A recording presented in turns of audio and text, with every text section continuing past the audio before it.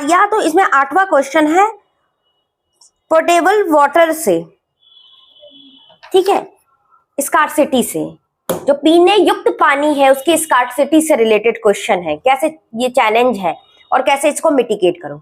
अगर मोटा मोटी तौर पे इसको देखो, इसके अगर सिलेबस को ठीक से देखो, तो क्या हम पढ़ते हैं, पीटी में पढ़ते हैं जनरल साइंस, खैर वो 69 से अब क्या हो गया है, साइंस और टेक हो गया है।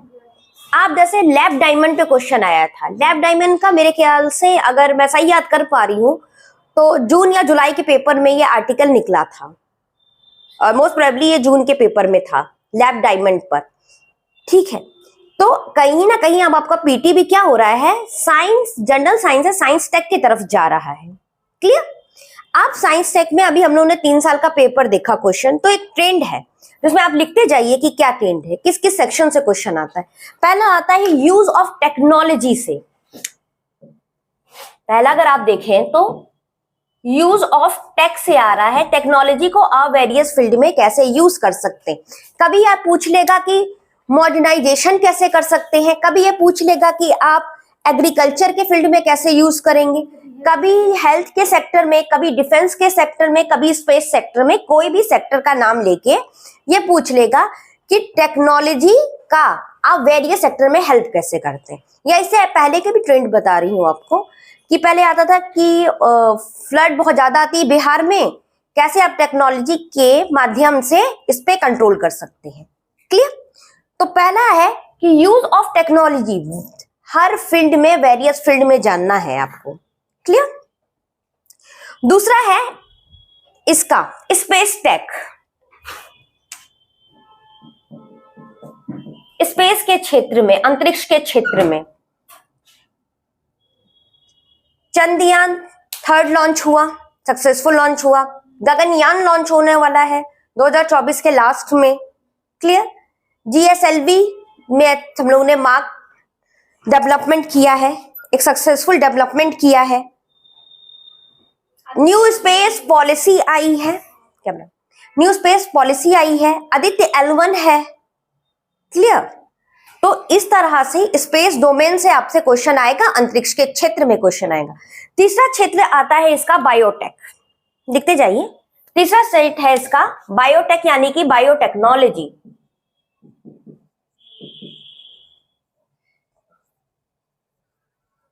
बायोटेक से सवाल आता है,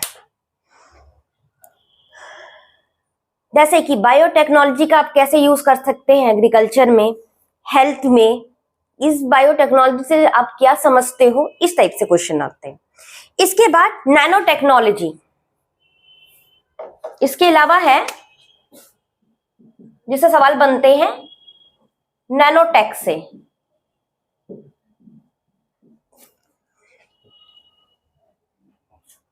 ठीक है। इन्वायरमेंटल इश्यूज, पर्यावरण से संबंधित मुद्दे, पर्यावरण से संबंधित मुद्दे यानी कि आपके इन्वायरमेंटल इश्यूज, इन्वायरमेंट से रिलेटेड इश्यूज।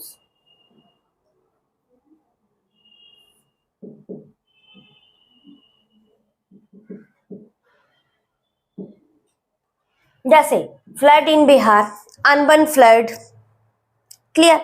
लैंडस्लाइड पे भी को सवाल आ सकता है, उत्तराखंड में अभी जस्ट भी टनल में लोग फंसे हुए हैं। बिहार में क्या है, अभी कुछ दिन पहले हम लोगों ने अर्थक्वेक एक्सपीरियंस किया, पीने के पानी में कमी आ रही है, पानी पोल्यूटेड है, हवा पोल्यूटेड है।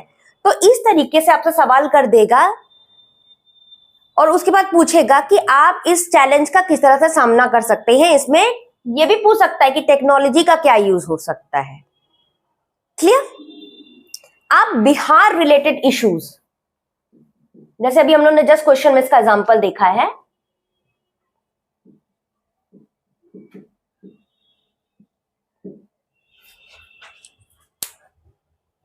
नाउ नेक्स्ट क्लीन टेक्नोलॉजी या क्लीन एनर्जी, क्लीन एनर्जी ज्यादा अप्रोप्रिएट वर्ड रहेगा, क्लीन एनर्जी, जिसमें दो इस बार के लिए दो मेन है, वो है न्यूक्लियर और उससे भी ज्यादा इंपॉर्टेंट है हाइड्रोजन। तो हाइड्रोजन पे ज्यादा फोकस करके रखिएगा। ये है इसका ओवरऑल सिलेबस, ठीक है। और हाइड्रोजन ये क्लीन एनर्जी के अंतर्गत आ गया। हाँ, ये क्लीन एनर्जी के अंतर्गत ही आ गया। वैसे और भी आती है, जितने भी रिन्यूएबल सोर्स हैं वो सारे आते हैं, लेकिन अब सब पढ़ने बैठेंगे उतना समय नहीं है हमारे पास। ये दो मेन है, क्लियर। और अगर आज भी गया सोलर एनर्जी तो उतना आप लिख भी सकते हैं अपने से, बचपन से पढ़ते हैं। अब इसके अलावा एक और क्षेत्र जो इसमें बहुत डोमिनेट कर रहा है वो है तुम्हारा कंप्यूटर। लिख लीजिए, उसमें भी दो चीजें जो हाईलाइट रही हैं वो ये रही है, सुपर कंप्यूटर और एआई टेक, आर्टिफिशियल इंटेलिजेंस।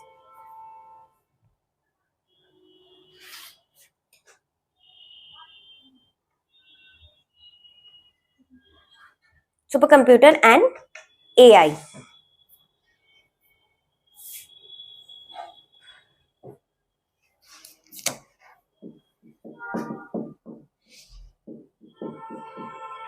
इस साल अगर बात करें आर्टिफिशियल इंटेलिजेंस की,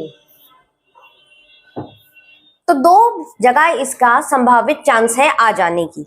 पहला चांस है कि ये आपके GS2 में सेक्शन 3 यानी कि साइंस और टेक में आ सकता है। दूसरा, ये आपके एसे के पेपर में भी आ सकता है। क्लियर, ये क्या कर सकता है, एसे के पेपर में भी आ सकता है। जस्ट लिख देगा कि आर्टिफिशियल इंटेलिजेंस इज अ बून और ए बैन, ठीक है। ये श्राप है या वरदान है, एक ये कर सकता है आपसे सवाल। दूसरा, ये आपसे सवाल कर सकता है कि इथिकल इसके इश्यूज क्या हैं, क्योंकि इथिकल इश्यूज भी बहुत सारे सामने आए हैं। क्लियर, तो ये है आपके साइंस और टेक का ओवरऑल सिलेबस। और आज जो हम लोग टॉपिक करेंगे इसमें वो है आर्टिफिशियल इंटेलिजेंस। तो लिख लीजिए आर्टिफिशियल इंटेलिजेंस के बारे में।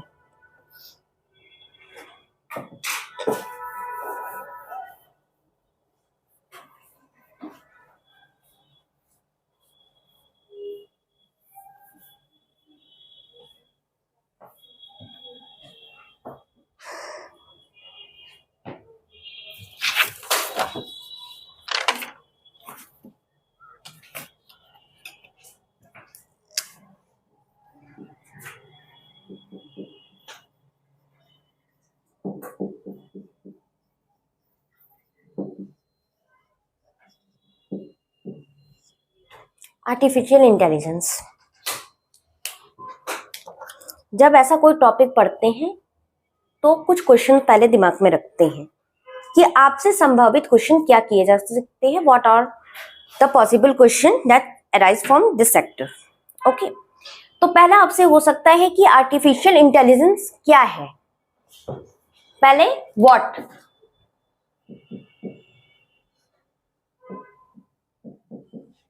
पहला जो प्रश्न होगा वो है आपके व्हाट पे। दूसरा, किसी भी टेक्नोलॉजी का यूज या मिसयूज, जिसको आप एडवांटेज और डिसएडवांटेज भी कह सकते हैं, यूज एंड मिसयूज क्या होंगे, ठीक है। इसके बाद है कि इंडिया का इस पे पोजीशन क्या है, क्या इंडिया में डेवलपमेंट हो रहा है, क्या इंडिया बहुत ऊपर स्तर पे चला गया, या इंडिया में ये बैन हो चुका है। किसी भी टेक्नोलॉजी की बात कर रहे हैं, इसमें इंडिया का पोजीशन देखेंगे, इससे क्या क्या नए प्रोग्राम चला रहे हैं, इंडिया सरकार इसमें कर क्या रही है, नीति आयोग का क्या है। इवन इंटरेस्टिंग बात बताती हूँ कि CBSE में आर्टिफिशियल इंटेलिजेंस 2020 से एज ए सिलेबस है, सिलेबस में ऑलरेडी ऐड है, ठीक है। कंप्यूटर पेपर में ये सिलेबस में ऐड है उनके। और अगर आप ध्यान से देखेंगे तो क्लास 9 के बच्चे या 10th के बच्चे जो बुक पढ़ते हैं उस पर कंप्यूटर नहीं लिखा रहता है, उसमें आर्टिफिशियल इंटेलिजेंस लिखा रहता है। तो ऑलरेडी आपके स्कूल में आर्टिफिशियल इंटेलिजेंस को क्या किया है, इंट्रोड्यूस कर दिया गया है। दूसरा लास्ट इस पे जो क्वेश्चन हम लोग देखेंगे वो है इथिकल इश्यूज क्या है।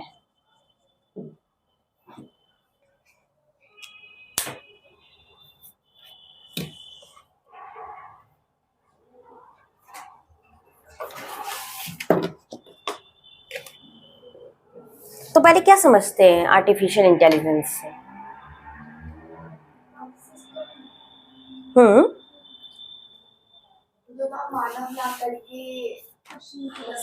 पहले ह्यूमन इंटेलिजेंस से क्या समझते हैं? दो इंटेलिजेंस हो सकता है, एक ह्यूमन इंटेलिजेंस और दूसरा आपका आर्टिफिशियल इंटेलिजेंस। ह्यूमन इंटेलिजेंस क्या कहते हैं? अगर हम ह्यूमन को इंटेलिजेंट कहते हैं कि देखिए आंसर सबके अलग होते हैं, लेकिन अगर वर्ड को पकड़ आ गया, समझ में आ गया वो क्या है। जैसे एग्जांपल मैं आपको देती हूं कि पिछली बार 68 में क्वेश्चन आया था इंटरनेट और इंट्रानेट का। इंटरनेट क्या है? हाँ, इंटर कंपटीशन क्या होता है और इंट्रा कंपटीशन क्या होता है? जब बाहर से कंपटीशन होता है वो इंटर कंपटीशन होता है। इंट्रा मतलब अंदर, इंटरनेट मतलब बाहर नहीं। जब तुम इस कंपनी में या फिर जो इंस्टीट्यूट में ही हम लोग नेट का इस्तेमाल करते हैं, जो हाईली सिक्योर होता है वो इंट्रा में आता है, इंट्रानेट कनेक्शन में आता है। क्लियर? और इंटरनेट क्या है कि जो ये तुम गूगल यूज कर रहे हो या फिर तो सर्वर यूज कर रहे हो वो सिर्फ कमरे तक सीमित है, नहीं, वो पूरा वर्ल्ड वाइड है। क्लियर? और वो उतना सिक्योर नहीं है। कवरेज में डिफरेंस है और यूजर्स में भी डिफरेंस है। क्लियर? एक सिंपल मीनिंग है। तो वैसे ही आर्टिफिशियल इंटेलिजेंस क्या है, ह्यूमन इंटेलिजेंस क्या है, अगर ये समझ में आ गया तो आर्टिफिशियल इंटेलिजेंस भी समझ में आ गया। ह्यूमन करते क्या है? ह्यूमन कोई चीज देखते हैं, उसको एनालाइज करते हैं, फिर एक डिसीजन लेते हैं। जैसे मैं कहते सिंपल सा क्वेश्चन पूछती हूँ आर्टिफिशियल इंटेलिजेंस क्या है, तो तुम लोगों ने क्या किया? पहले तो उस पर सोचा, फिर कुछ दिमाग में कुछ कैलकुलेशंस किए, फिर उसको किसी चीज से रिलेट किया कि अच्छा आर्टिफिशियल इंटेलिजेंस सुनने में लग रहा है ह्यूमन इंटेलिजेंस की तरह, तो मतलब मशीन भी कुछ कुछ तो ह्यूमन इंटेलिजेंस का यूज करेगी, ह्यूमन की तरह कुछ डिसीजन लेंगी, हाँ, कुछ अपने से एनालाइज करेगी और फिर क्या करेगी? सवालों का जवाब देगी। क्लियर? यही है तुम्हारा आर्टिफिशियल इंटेलिजेंस। इंटरनेट और इंटरनेट को इसके बाद कर लेंगे क्योंकि वो लगा हुआ है। इंटरनेट और इंट्रानेट को हम अच्छे से आपको लिखवा देंगे, इसकी टेंशन मत लीजिए।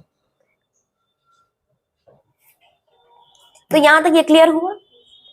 ह्यूमन किसी चीज से कैसे सीखता है? क्या मतलब ह्यूमन जब पैदा होता है तो क्या लैंग्वेज को समझने की या फिर पढ़ने की या फिर डिसीजन कैसे लेते हैं लाइफ में, एग्जाम देना है नहीं देना है, किस बुक से पढ़ना है, किस सोर्स को फॉलो करना है, किस कोचिंग को ज्वाइन करना है या नहीं करना है, ये डिसीजन कैसे लेते हो? क्या बचपन से ऐसी सोच के साथ पैदा हुए हो? नहीं हुए हो। टाइम के साथ तुमने सीखा है, चीजों को एनालाइज किया है और फिर क्या है, तुम्हें डिसीजन मेकिंग पावर है।